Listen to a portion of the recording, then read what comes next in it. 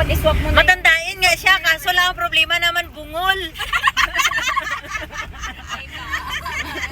Sa kadami-daming sakit daw sa mundo, bakit ang bingi pa rin kinuha niya?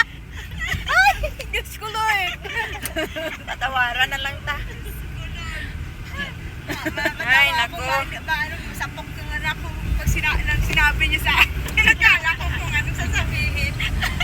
Sa dami-daming sakit sa mundo daw, bakit ang bingi ang kinuha mo? Bungol ikaw, sabi niya. Sabi niya, Mami, ang dami-daming sakit sa mundo. Bakit yung bingi pa ang Oo, pinili? bakit bungol pa, sabi niya.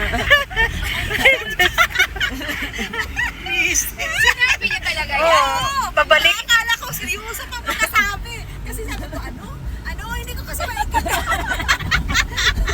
Bingi nga talaga. Alam niyo mga kaibigan. Bungol nga, bungol. Malala. Grabe ka lala. Bungol nga talaga, no?